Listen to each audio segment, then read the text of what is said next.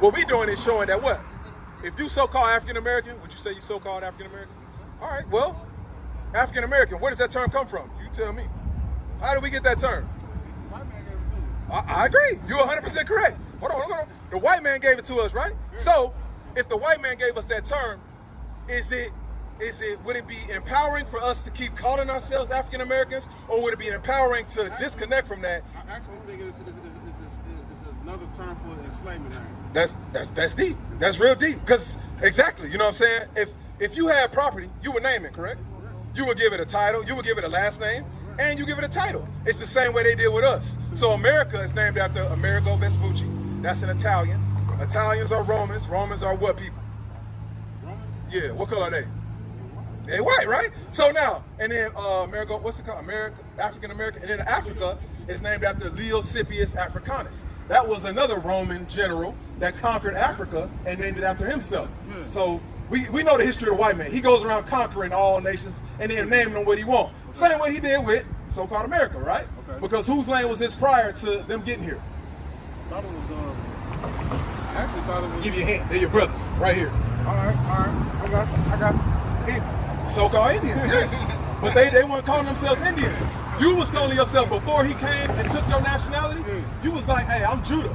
That's my nationality. That's who I be. And they were saying, we're Gad. Okay. We're Reuben. We're Issachar, Naphtali. But you notice, what you notice about this sign? Tell me what you notice. Go to Deuteronomy 28. So here, it say the 12 tribes of Israel. Okay. So this is all what? These are relatives to the city. That's right. You own it. That's our relatives. That's our family. Yeah. This is our people right here, and these are the people of God as well. Right. But now we got to figure out, why are we calling ourselves African American and black? Well, I thought it was because we were born here in America. True. You know what I'm saying? And we just took that. That's a part of it. That is a part of it. But it goes further back than that. I know that. To the time of Moses. So let's read this thing. Let me show you something. Come on.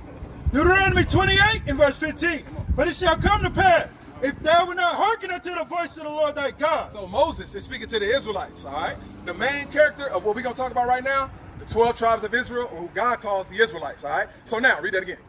But it shall come to pass, if thou wilt not hearken unto the voice of the Lord thy God, to observe to do all his commandments and his statutes. So the Israelites were commanded to keep God's what? Yeah, all praise. You want it. Come on. Which I command thee this day. So that day the Lord said, I avouch you to be my people, meaning he took them on to be his. It was non-negotiable. We was his people. We were his possession. You see what I'm saying? But in order for us to stay that way, we had to keep God's laws. And if we did not, the Lord said, that all these curses shall come upon thee and overtake thee. So now, I didn't get your name? Felix? Okay. Felix. I'm Mordecai. Felix. Okay. Like Phoenix. Phoenix. But you said Felix. You Phoenix? said it right. Phoenix. P-H-O, the mystical letter. Phoenix. Okay, all right. I'm sorry. It's I thought you said Felix. All right. Yeah, do it again. From top? No, the last one. Yes, sir. That all these curses shall come upon thee and overtake thee. So now, you in agreement, and I see you locked in. It said curses will befall God's people. So let me ask you something. How long have we been in America? I give you some help. I don't know if there's a date on here. Let me see. This may have a date on it. Yeah, it does, but we can't see it. Look like 1769. That looked like 1769. Yeah, it said 1769. All right, so how long has that been? That's almost a century ago. Yeah, about half, yeah. Yeah, no, it's more than that. Shoot, 1619, so we got here 1619, correct? Now, us as a people, have we prospered in this nation at all? Yeah, like collectively as a whole. Well, I know we got certain amongst us that do well, but if you go to the ghettos and in the slums and in the hoods, they look a lot like back then, correct? It ain't look like much change, right? It's like back in our captivity. Oh, his brother on point. Read verse 16. Cursed shall I be in the city. So now we're going over the curses. God said his people will be cursed in the city. Cursed in the city looks like high crime rate, high poverty, domestic violence, single parent households, long hours, low wages. Everybody else is prospering and building up around you. You ever notice how the Chinese man will come here and set up shops? And then the Arabs will come here and set up gas stations. And then all these other folks will have businesses, right? But we've been here 400 plus years and we ain't got nothing.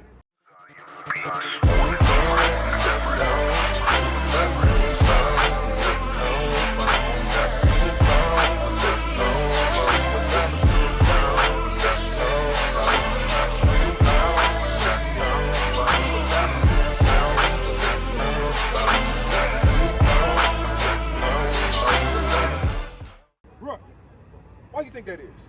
I don't like pointing my fingers. Okay. I blame us because we hold Yes. we hold our own stuff back. Yes. So, when we get hold of something good, Yeah. Nigga it up. Come on. Read 16 again. Cursed shall I be in the city. So the Lord said, cursed will we be in the city. The Israelites will be cursed in the city. We can identify that agrees with who? What people? But what are they called today? That's right. Come on. He on it. Come on. And cursed shall I be in the field. Now look how detailed God get. God said, cursed would his people be in the fields. What fields were blacks and Hispanics serving in? What field? Yeah, what field? Like what? Like, okay, here, I'll give you one. Here, look on there. Where they at? Where they at right there? I mean, I understand fields. It's the one. Oh, right here. What field is that right there? There's a lot of fields right there. That's the cotton field. Yeah. And now, how much money did America make off of 200 years of free labor? I worked in the cotton field before. I wasn't making nothing like $12. Damn, you see that? $24. And then America traded that cotton to all other places, and you know how much they raised that thing and put taxes on it and made sure they got their cut. And then with that, they was able to do what? Build up everything you see around you. Right. Okay. Who sold them that property? Who gave them that property? They didn't. Here, hold this. Go to Micah 2. I know they took a lot of Yes, stuff, but let's get what it is. I'm gonna get what they did, because there wasn't no. And then you can say the so-called Native Americans, right? They were here, correct? Now, they were the ones that made the first deals with the so-called white man. But the white man knew the value of the land. He had already did recon, assessed it, understood there was resources, all that, right? Now, instead of him giving a fair dollar amount for that land, what did he give them? Trinkets, beads, and beaver skins, and whatever furs. Stuff that didn't matter. You see what I'm saying?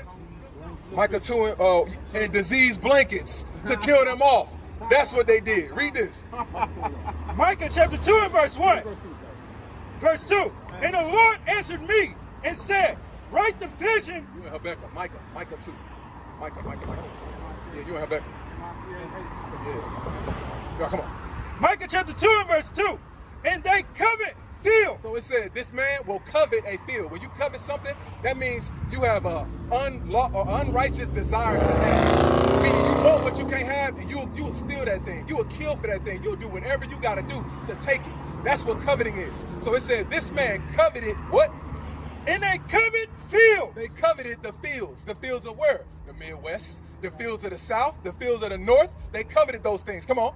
And take them by violence. And how they take them? By violence. By violence. They took that thing by violence. That's what this man did. So when we go back, go to Deuteronomy 28.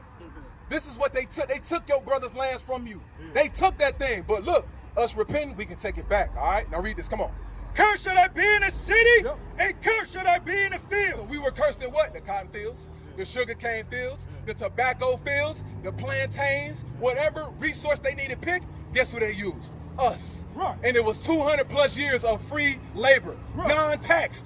Imagine if you got your check. I know you said $12, and that's a shame.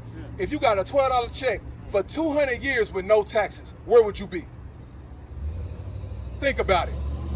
Think about it. You can run the world because you're not. You know what I'm saying? You can do a lot with that.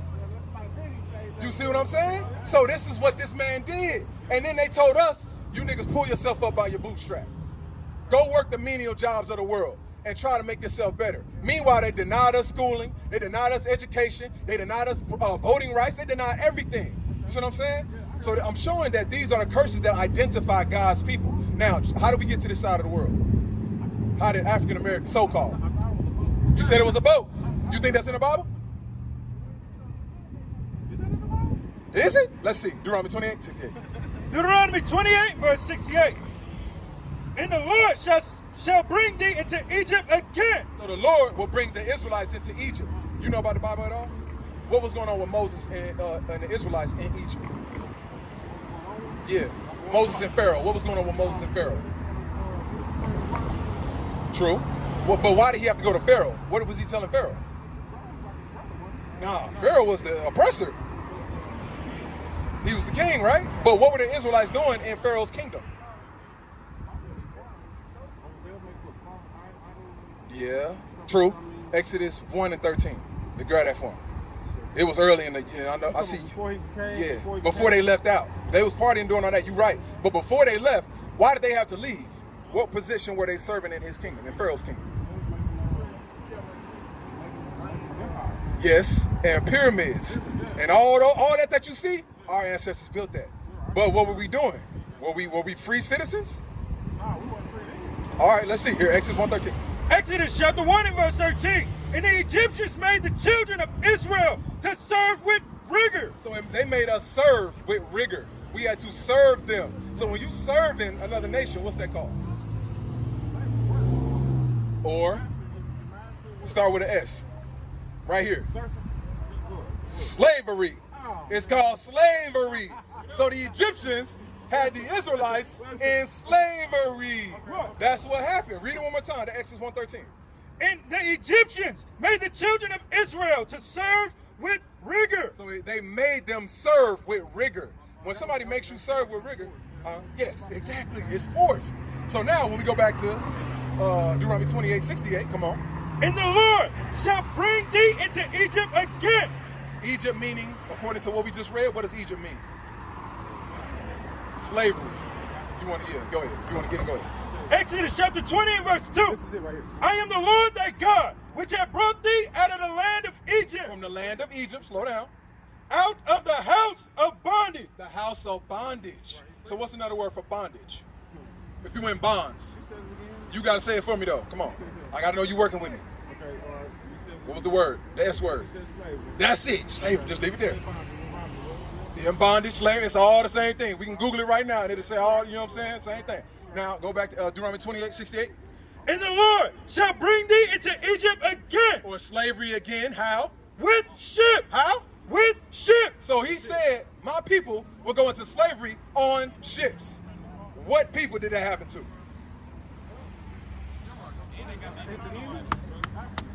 See that right there? I see the ship. You see the ship. Now, what's the cargo on the ship? You gotta give me the play-by-play. Give me the play-by-play.